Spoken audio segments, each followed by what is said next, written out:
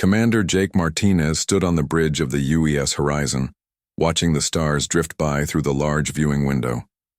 The year was 2387, and humanity had been part of the Galactic Confederation for almost 200 years. Jake felt proud of how far his species had come since first contact with alien life. The Horizon was on a peaceful mission to the Outer Rim territories. Jake's job was to help solve problems between different alien races without fighting. Humans had become good at this kind of work. Other species in the galaxy respected them for being smart and caring about others. Dr. Lisa Park walked onto the bridge carrying a data pad. She was the ship's expert on alien life forms.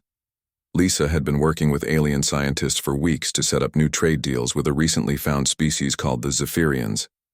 "Jake, I have good news," Lisa said with a smile. "The Zephyrians want to meet with us tomorrow.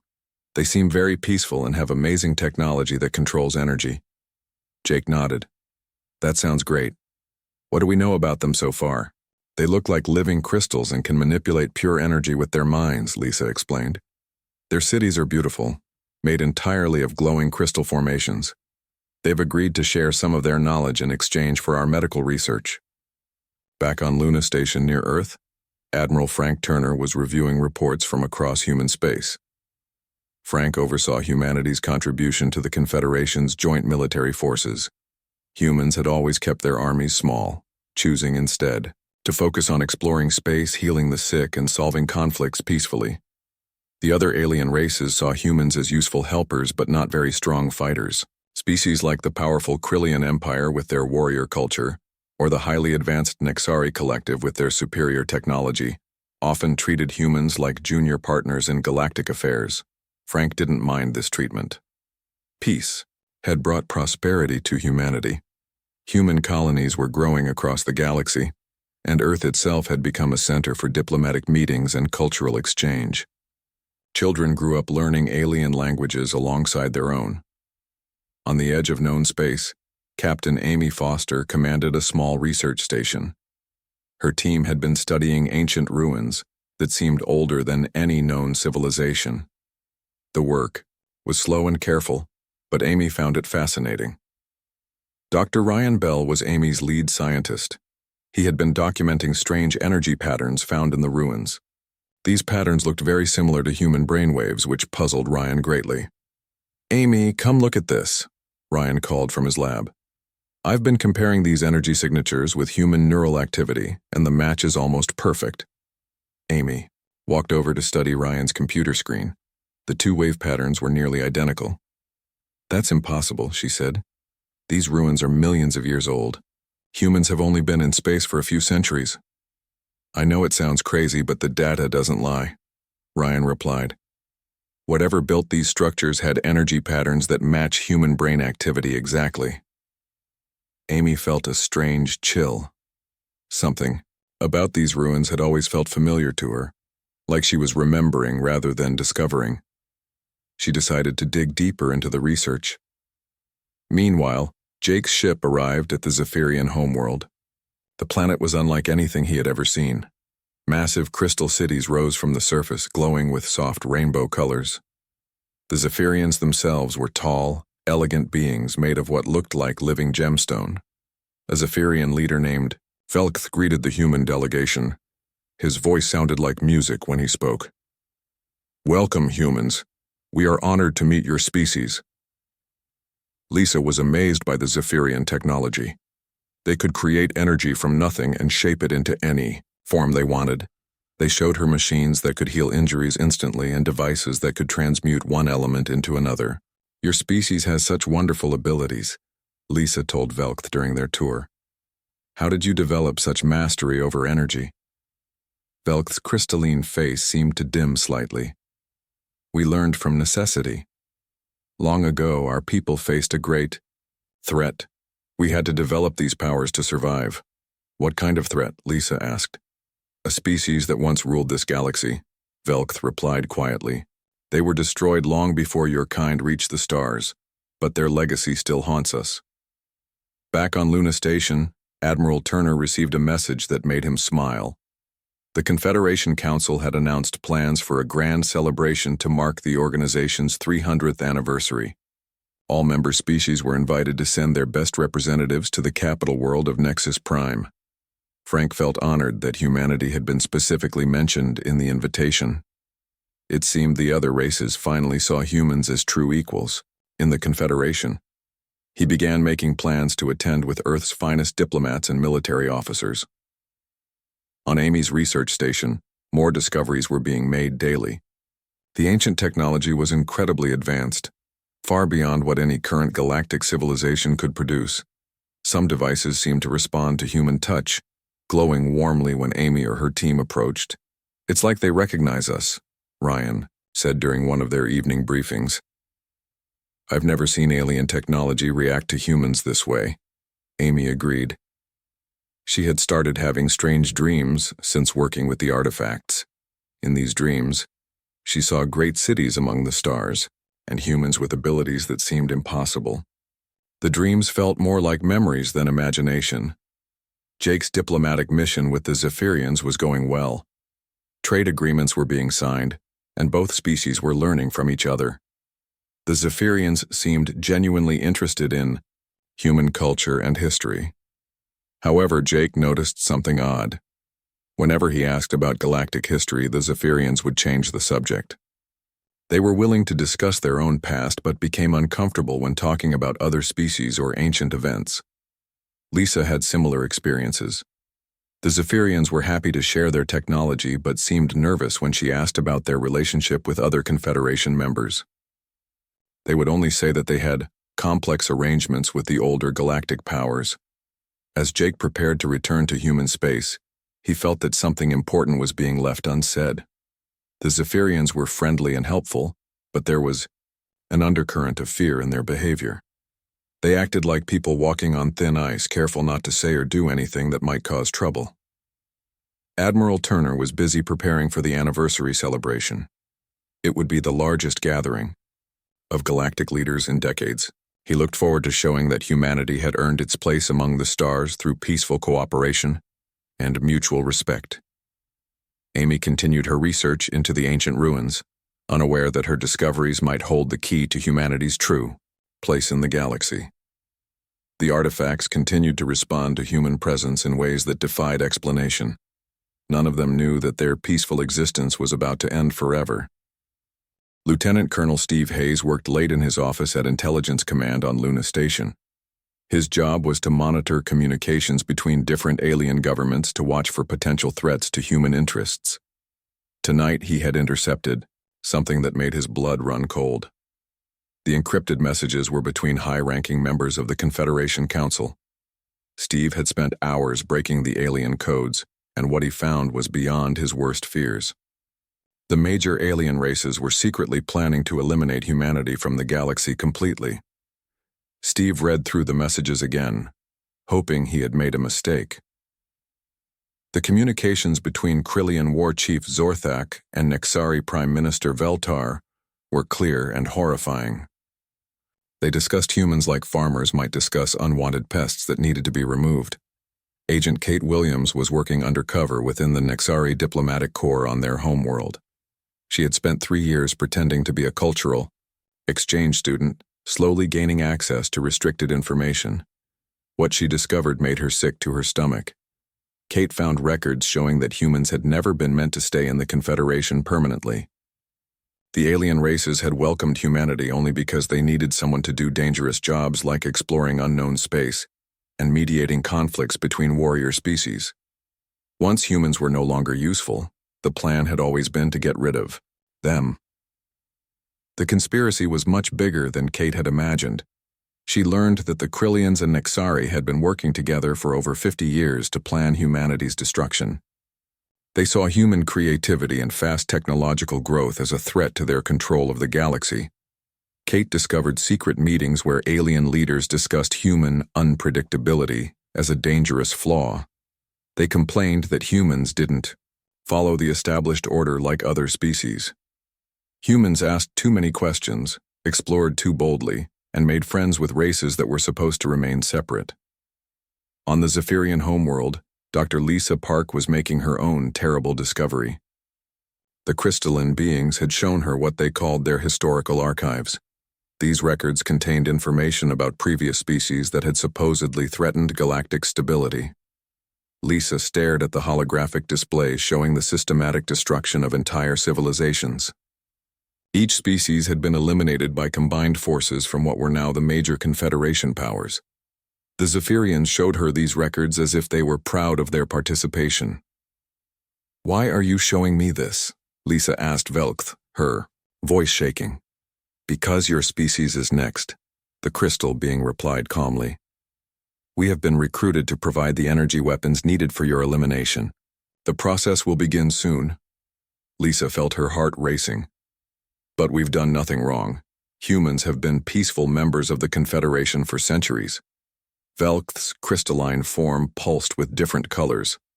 "That is exactly the problem. Your peace is seen as weakness, but your rapid advancement is seen as a threat. The Council has decided that humanity has grown too unpredictable to be allowed to continue." Commander Jake Martinez was on his way back to human space when his ship's sensors detected unusual activity. Large fleets from multiple alien species were moving toward human territory, but they were using routes that avoided main shipping lanes. Jake ordered his communications officer to contact the nearest Confederation command post. "This is the UES Horizon requesting information about fleet movements in Sector 7. The reply came back quickly. "Commander Martinez, those are routine training exercises, nothing to concern human vessels." But Jake's military training told him otherwise. The ship formations and movement patterns didn't look like training exercises. They looked like an invasion force trying to stay hidden. Jake quietly ordered his crew to begin monitoring all alien communications in the area. Back on Luna Station, Steve Hayes was digging deeper into the intercepted messages. He found references to something called Operation Clean Slate. The plan was to attack every human colony, space station, and military installation simultaneously during the upcoming Confederation anniversary celebration. Steve discovered that the anniversary celebration was actually a trap. All human leadership would be gathered in one place, making them easy targets. While Earth's leaders were being eliminated on Nexus Prime, coordinated attacks would destroy human civilization across the galaxy. The messages revealed that alien forces had been secretly mapping every human defensive position for decades. They knew the location of every weapon, every shield generator, and every escape route. The attacks were designed to be swift and total, leaving no human survivors. Kate Williams found similar information in the Nixari archives. She learned that the aliens had been studying human psychology and technology for generations, looking for weaknesses they could exploit. They had developed specific weapons designed to counter human defensive strategies. Kate discovered that many of the helpful alien advisors who had worked with human scientists over the years were actually spies. They had been stealing human research and reporting on technological developments. Every advancement humans had made was already known to their enemies. On Amy Foster's research station, Dr. Ryan Bell was making connections between the ancient artifacts and the current galactic situation. The energy signatures in the ruins weren't just similar to human brain patterns, they were identical to specific types of human neural activity that only occurred during extreme stress. "Amy, I think these artifacts are some kind of emergency system," Ryan said during their daily briefing. "They seem designed to activate when humans are in mortal danger." Amy studied Ryan's data carefully. "But that would mean whoever built these ruins knew about humans millions of years ago. How is that possible?" "I don't know," Ryan admitted. "But the energy patterns are getting stronger. It's like the artifacts are responding to something happening to humanity right now." Steve Hayes finally gathered enough evidence to request an emergency meeting with Admiral Turner. He brought encrypted copies of all the intercepted communications and laid out the conspiracy in detail. "Sir, we're looking at a coordinated genocide attempt," Steve told the Admiral. "Every major Confederation power is involved. They plan to strike during the anniversary celebration." Admiral Turner studied the evidence in shocked silence. Finally, he spoke. "How long do we have?" "Based on the communications timeline, the attacks will begin in 72 hours, Steve replied. "All human leaders are already on their way to Nexus Prime for the celebration." Turner realized the horrible truth. Humanity's greatest strength, their willingness to trust and cooperate, had been turned against them. The aliens had used human goodwill to set up the perfect trap. Kate Williams was desperately trying to find a way off the Nexari homeworld to warn Earth. She had discovered that the alien plan included using captured human colonies as slave labor for those species that wanted to profit from humanity's destruction rather than simply eliminate them. Lisa Park was being held prisoner on the Zephyrian homeworld. The crystal beings had revealed that they were being paid with the promise of several human colonies in exchange for their participation in the genocide. They seemed to view this as a reasonable business transaction. Commander Martinez's ship detected more alien fleet movements. The invasion forces were now clearly positioning themselves around human space. Jake realized that his peaceful diplomatic mission had been used as cover to scout human defenses. All across human space, the trap was closing. Alien allies were revealing themselves as enemies, and humanity's peaceful nature had made them completely unprepared for what was coming. The Confederation's anniversary celebration was about to become the opening move in humanity's extinction. But none of the alien conspirators knew about the ancient artifacts that were beginning to stir in response to humanity's mortal peril. The ruins that Amy Foster's team had been studying were not just archaeological curiosities. They were something far more dangerous, left behind by a species that had ruled the galaxy long before the current powers existed. The energy signatures that matched human brain patterns were not a coincidence. They were a recognition system, waiting for the right conditions to activate technologies that had been sleeping for millions of years. The grand celebration hall on Nexus Prime was filled with the most important leaders from across the galaxy. Admiral Frank Turner stood with other human delegates, feeling honored to represent Earth at such a prestigious gathering. The massive, crystalline chamber sparkled with lights from a dozen different suns, and beings from hundreds of species mingled in apparent harmony. Turner had no idea that he and every other human in the hall were about to die. At exactly the same moment, Captain Amy Foster's research team made a breakthrough that changed everything. Dr. Ryan Bell was running routine scans on the ancient artifacts when they suddenly burst to life with blinding energy. The stone structures that had been silent for millions of years began to hum and glow. "Amy, you need to see this right now," Ryan called out in excitement and fear. Amy rushed to the artifact chamber and gasped. The energy readings were off the scale, and the patterns matched human neural activity perfectly.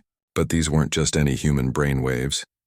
They were the specific patterns that occurred during moments of species-wide terror and desperation. "It's like they're responding to something happening to all of humanity at once," Ryan said, staring at his instruments in amazement. On Nexus Prime, the trap began to spring.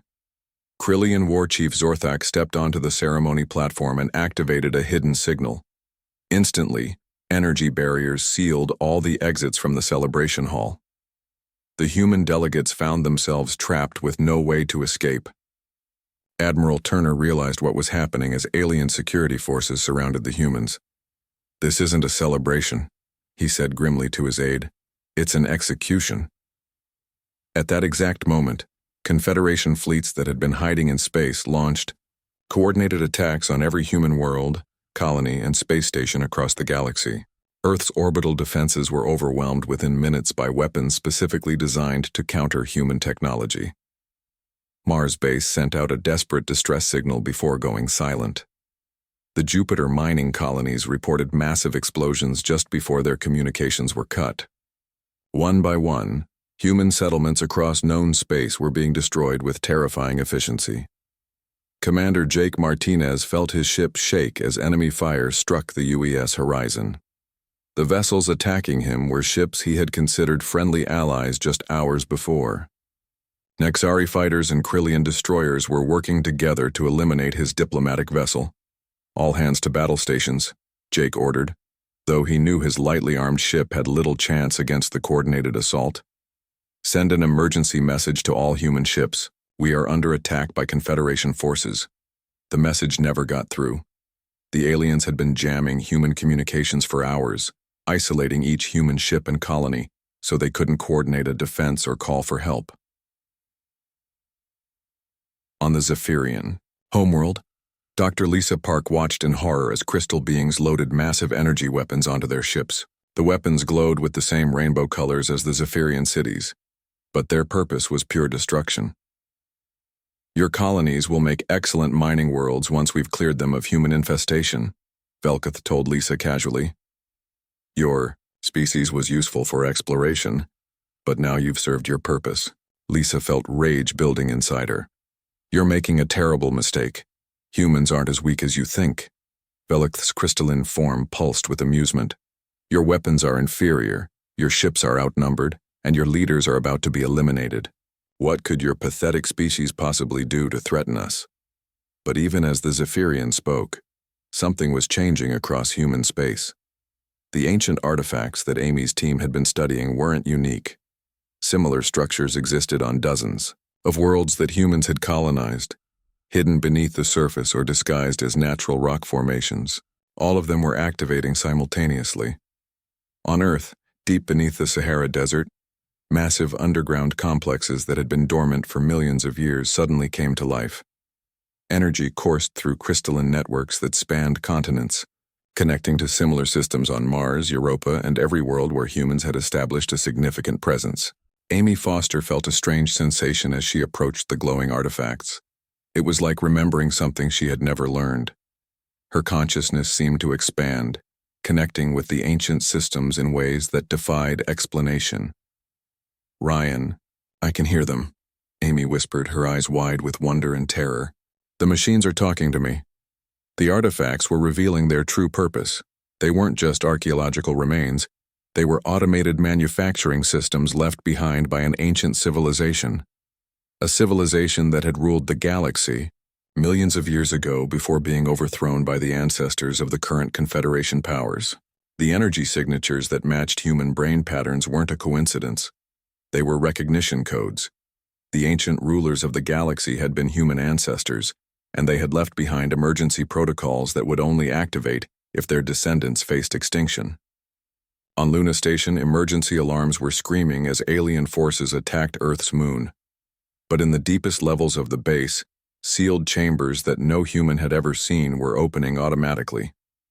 Lieutenant Colonel Steve Hayes found himself drawn to these chambers by an instinct he couldn't explain. Inside, he discovered weapons and technologies that were beyond anything in the current galaxy. The equipment seemed to recognize him, responding to his touch and thoughts. Information flowed into his mind about defensive systems, weapon capabilities, and strategic options that had been waiting millions of years to be used. Admiral Turner and the other human leaders on Nexus Prime were not going to die quietly. As Krillian warriors moved to execute them, Turner felt something awakening in his mind. Suddenly, he could see weaknesses in the alien battle formations that he had never noticed before. His tactical awareness expanded beyond anything he had experienced. The humans began fighting back with a coordination and efficiency that shocked their alien captors. They moved like a single organism, anticipating each other's actions and exploiting every mistake their enemies made. Commander Martinez found his ship's systems upgrading themselves automatically. Weapons that had been purely defensive were transforming into something far more dangerous. His crew reported that they felt stronger, faster, and more focused than ever before. The tide of battle began to change as human forces across the galaxy underwent the same transformation. Mining ships became deadly raiders. Research vessels deployed weapons that shouldn't have existed. Even civilian transports began mounting effective resistance against military attackers. On Amy's research station, the artifacts revealed their full purpose. They were connected to a galaxy-spanning network of automated factories and defensive systems. The ancient human civilization had prepared for the possibility that their descendants might face extinction from the species they had once ruled. Amy found herself able to interface directly with the network. Through her consciousness, she could see the location of every alien military installation, every hidden base, and every weakness in their defenses. The knowledge was overwhelming, but also empowering. Dr. Lisa Park managed to escape from her Zephyrian captors as the crystal beings became distracted by reports of human resistance. She had always been good at learning alien technology quickly, but now she found she could understand and manipulate Zephyrian energy systems as if she had been born to it. Lisa turned the Zephyrians' own power networks against them, causing cascading failures throughout their crystal cities. As the rainbow lights flickered and died, She broadcast a message to any human ships that could receive it. "This is Dr. Lisa Park. The aliens betrayed us, but we're fighting back. Something has awakened in humanity. We're not the weak species they thought we were." The message reached Commander Martinez just as his upgraded ship destroyed the last of the attacking vessels. Jake felt a grim satisfaction as he watched enemy fighters explode under his ship's new weapons. But the satisfaction was mixed with something darker. The awakening that was spreading through humanity brought with it memories of ancient power and the knowledge of what his species had once been. The peaceful, cooperative humans that had joined the Confederation were changing into something the galaxy had not seen for millions of years. The trap that was meant to destroy humanity had instead awakened abilities that had been sleeping in human genetics since before recorded history. The aliens had made the worst possible mistake. They had threatened a species whose ancestors had once conquered the entire galaxy, and now those ancestors' emergency protocols were activating, transforming humanity into what they had always been meant to be. The peaceful cooperation was ending. The ancient legacy was beginning. The galaxy was about to remember why it had feared the original human empire millions of years ago. The betrayal was complete, but it had not gone as planned. Instead of destroying humanity, it had awakened something far worse than the aliens could have imagined. Admiral Frank Turner found himself moving through the battle on Nexus Prime with abilities he never knew he possessed. His enhanced reflexes allowed him to dodge alien weapon fire, while his expanded tactical awareness showed him exactly where to strike back. The other human delegates were experiencing the same transformation, fighting with coordination that seemed impossible, but Turner knew they needed more than enhanced combat abilities to survive. During a brief lull in the fighting, he activated his emergency communicator and sent a coded message to Luna Station. The message contained authorization codes that hadn't been used since humanity first reached for the stars. On Luna Station, the codes triggered systems buried so deep in the command structure that most officers didn't even know they existed. Steve Hayes found himself granted access to files marked with the highest security classifications. These weren't just military secrets, they were protocols designed for humanity's absolute survival. The files revealed something called the Final Directive, a set of emergency procedures established by Earth's earliest space command. The directive had been created by leaders who feared that humanity might encounter threats too great for conventional military responses. Steve discovered that Luna Station itself was more than a military base. Hidden beneath the familiar structures were manufacturing facilities that had been slowly building advanced weapons for over a century. The project had been so secret that each generation of officers only knew small pieces of the truth. As Steve accessed the deeper files, he learned that some humans had never trusted the aliens completely. A shadow organization called the Terran Guard had been preparing for the possibility of betrayal since first contact with alien life.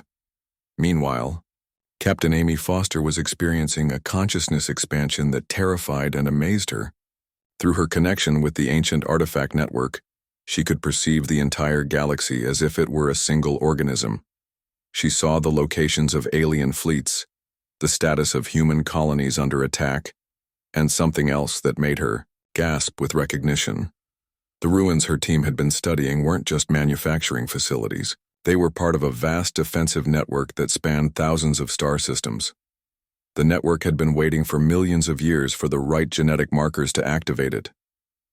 Human genetic markers. Amy realized that the rapid advancement humanity had shown since joining the Confederation wasn't natural evolution. Her species had been engineered by their ancient predecessors with dormant capabilities that would only emerge under extreme threat. The alien betrayal was triggering a genetic awakening that had been programmed into humanity long before Earth had been colonized. Dr. Ryan Bell was monitoring the energy patterns from the artifacts when he made another shocking discovery. The patterns weren't just matching human neural activity anymore, they were enhancing it. Every human within range of the artifacts was experiencing increased intelligence, faster reflexes, and expanded sensory capabilities. "Amy, the artifacts are changing us," Ryan said with wonder in his voice. "I can process data faster than our best computers. I can see electromagnetic spectrums that humans aren't supposed to perceive. We're becoming something more than we were. On Earth, the hidden manufacturing facilities revealed themselves as the planet's surface split open in a dozen locations. Massive structures rose from underground complexes that had been secretly constructed over centuries. The structures began producing ships and weapons with technology that dwarfed anything the current galactic powers possessed. The vessels emerging from Earth's hidden factories were sleek and deadly, operated by artificial intelligence systems that recognized human genetic patterns as command authority. These weren't human-built ships upgraded with alien technology. They were designs from the ancient human empire, held in storage until the day they would be needed again. Lieutenant Colonel Steve Hayes received a message on a frequency that shouldn't have existed. The transmission was coming from Commander Joe Parker, who identified himself as the leader of the Terran Guard. Parker's organization had been secretly preparing for this day for over 50 years. Steve, this is Joe Parker. The final directive is now active. All Terran Guard units are coming out of hiding. We've got bases and weapons that the aliens know nothing about. Steve learned that the Terran Guard had established secret facilities throughout human space, hidden from both alien observers and most of humanity itself. These facilities were now revealing themselves, adding their strength to the growing human resistance. Commander Jake Martinez felt his ship continue to upgrade itself with systems that appeared from nowhere. His weapons were becoming more powerful, his shields were adapting to alien attacks, and his sensors were detecting enemy vessels at impossible distances. But the most dramatic change was in his crew. Martinez watched his tactical officer anticipate enemy movements with supernatural accuracy. His engineer was modifying ship systems in ways that should have been impossible. His communications specialist was breaking alien encryption codes in real time. The entire crew was operating at levels of capability that seemed beyond human limitations. Dr. Lisa Park had taken control of a Zephyrian energy facility and was using it to broadcast warnings to human forces across the galaxy.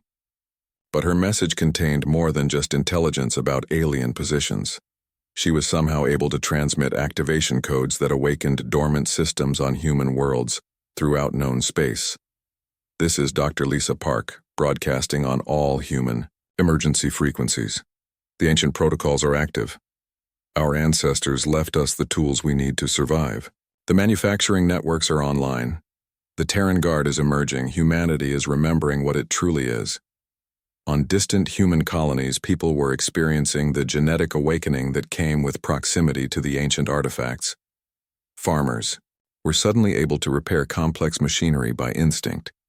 Teachers were solving mathematical problems that had puzzled scientists for decades. Children were demonstrating abilities that their parents had never possessed. But the awakening came with memories that were both inspiring and terrifying. Humans began to recall fragments of knowledge about their species' ancient domination of the galaxy. They remembered technologies that could reshape planets and weapons that could destroy star systems. Captain Amy Foster found herself able to access historical records stored in the artifact network. She watched holographic displays showing the ancient human empire at its height. Massive fleets of ships that looked like metal dragons commanded by beings who were recognizably human, but enhanced far beyond current limitations.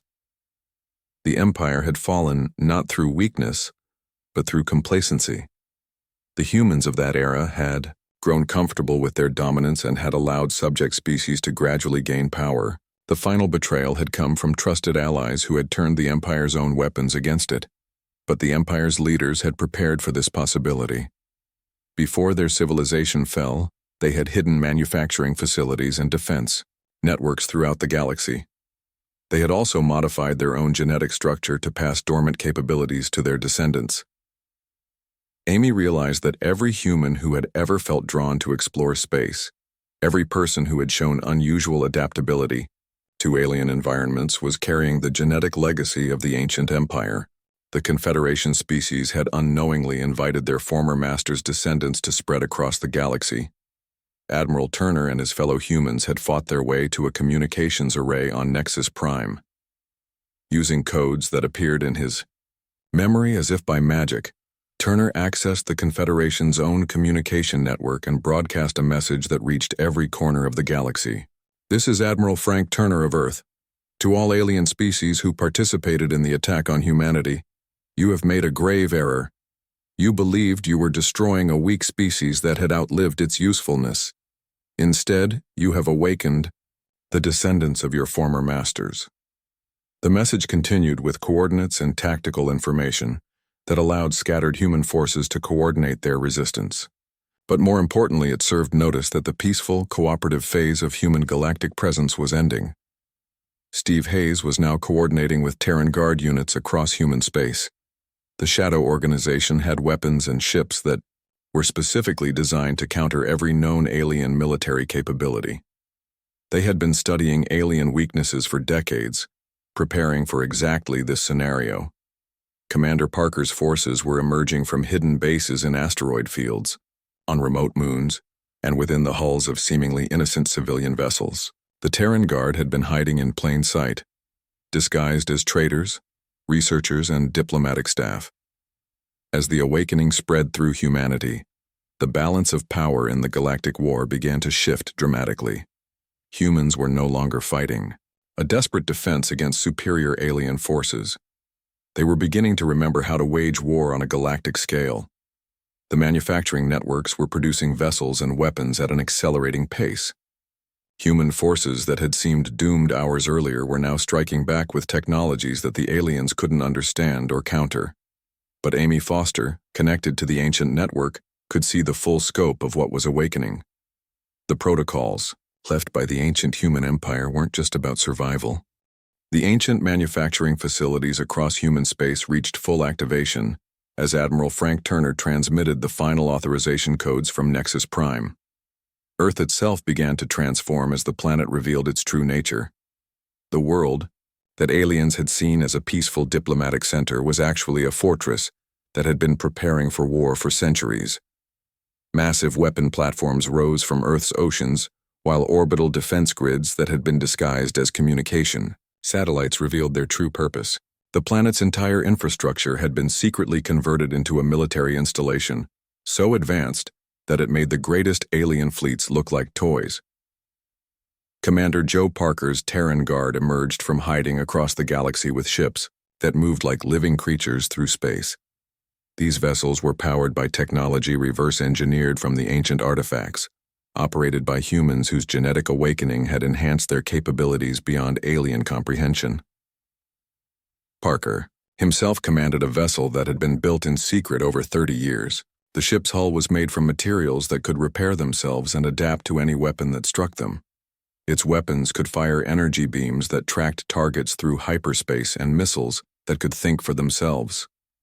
Captain Amy Foster discovered that she could interface directly with every ancient system in the galaxy through her consciousness connection. Her awareness expanded to encompass star maps showing the location of every alien homeworld, military base, and secret installation. The knowledge was overwhelming, but it came with crystal-clear purpose. Amy transmitted targeting data to human forces throughout the galaxy with precision that seemed impossible. She could see the weak points in alien defenses, the locations of their leadership, and the exact timing needed to coordinate simultaneous strikes across thousands of light years. Dr. Ryan Bell found that his enhanced cognitive abilities allowed him to understand alien technology better than its own creators. He began developing countermeasures for every weapon system the aliens possessed, turning their own advanced technology against them with improvements that made their original designs obsolete. Commander Jake Martinez led a human fleet that moved through space like a pack of predators. His ships were no longer the peaceful exploration vessels of the old Confederation. They had transformed into something that combined the elegance of ancient human engineering with the ruthless efficiency of a species that had once conquered the galaxy. Martinez's fleet struck the Krillian home system first. The warrior race that had prided itself on military superiority found their defenses shattered by weapons they couldn't understand. Krillian battleships that had ruled space for centuries were destroyed by human vessels that seemed to anticipate every move they made. War Chief Zorthak himself faced Martinez in single combat when the human commander stormed the Krillian command center. The alien warrior discovered that the enhanced human was faster, stronger, and more tactical than anything he had ever encountered. Your species chose to betray those who trusted you, Martinez said as he stood over the defeated Krillian leader. You thought humans were weak because we chose peace. You were wrong about everything. Dr. Lisa Park had escaped the Zephyrian homeworld and returned to human space with detailed intelligence about alien weapon systems. But her greatest contribution was learning to use the Zephyrians' own energy manipulation abilities against them. The genetic awakening had given her powers that matched the crystal beings, but her human creativity allowed her to use these abilities in ways they had never imagined. Lisa led the assault on the Zephyrian homeworld, turning their beautiful crystal cities into prisons of living energy. The beings who had been promised human colonies as payment for their participation in the genocide found themselves trapped in structures of their own making. You wanted to use your energy powers to destroy human settlements, Lisa told the Zephyrian leaders as their cities blazed with hostile light. Instead, your own technology will be your cage until you learn the consequences of betrayal. On Nexus Prime, Admiral Turner coordinated the final assault on the Confederation's capital. The Nexari Collective's advanced technology proved useless against humans who had awakened abilities that their species had possessed millions of years ago. Prime Minister Veltar attempted to surrender when human forces surrounded the government. Complex. But Turner remembered the intercepted messages that Steve Hayes had discovered. The aliens had planned total genocide, leaving no human survivors anywhere in the galaxy. You chose to make this a war of extinction, Turner told the alien leader. You planned to eliminate every human man, woman, and child. There can be no surrender when the crime is attempted genocide. The Nexari found their most advanced computers being invaded by human consciousness that operated at speeds their artificial intelligence couldn't match. Their defensive systems were turned against them by humans who understood their technology better than they did. Lieutenant Colonel Steve Hayes had discovered that the final directive contained protocols for something beyond simple military victory. The ancient human empire had left instructions for reclaiming galactic dominance and ensuring that no species would ever again threaten human survival. The hidden facilities on Luna Station were producing ships at a rate that staggered alien intelligence services. But these weren't just warships. They were colony vessels designed to establish human dominance on every world that had participated in the betrayal. Agent Kate Williams had fought her way off the Nexari homeworld and was now leading intelligence operations that revealed the full scope of the alien conspiracy. Every species that had participated in the planned genocide was identified and marked for appropriate response. Kate discovered that some alien races had been coerced into participation by threats from the major powers. These species were offered the chance to surrender and accept human protection. Those who had eagerly participated in the planned extermination received no such mercy. Commander Parker's forces were demonstrating the true scope of human preparation for galactic warfare. The Terran Guard had been building an interstellar empire in secret for decades, establishing bases and recruiting allies that the Confederation had never suspected. Entire star systems that aliens thought were uninhabited were revealed to contain massive human military installations. Trade routes that had been used for centuries were suddenly controlled by human forces that had been hiding in plain sight. Captain Foster's connection to the ancient network allowed her to coordinate human forces with precision that made their military response seem almost supernatural. Alien commanders found themselves facing enemies who anticipated their every move and countered their strategies before they could be implemented. The war that was supposed to result in human extinction instead became a demonstration of why humanity's ancestors had once ruled the galaxy. Enhanced human capabilities, advanced ancient technology, and coordination through the artifact network created a military force that no combination of alien powers could resist. Dr. Park's broadcasts reached every corner of the galaxy, carrying a message that made alien governments tremble with fear. This is humanity's final warning to all species that participated in the attempted genocide. You chose betrayal over cooperation. You chose genocide over coexistence. You chose war over peace. The message continued with coordinates of alien homeworlds and the times when human fleets would arrive to deliver justice. No mercy will be given to those who showed no mercy. No quarter will be offered to those who planned total extinction. The galaxy will remember why it once bowed to human authority.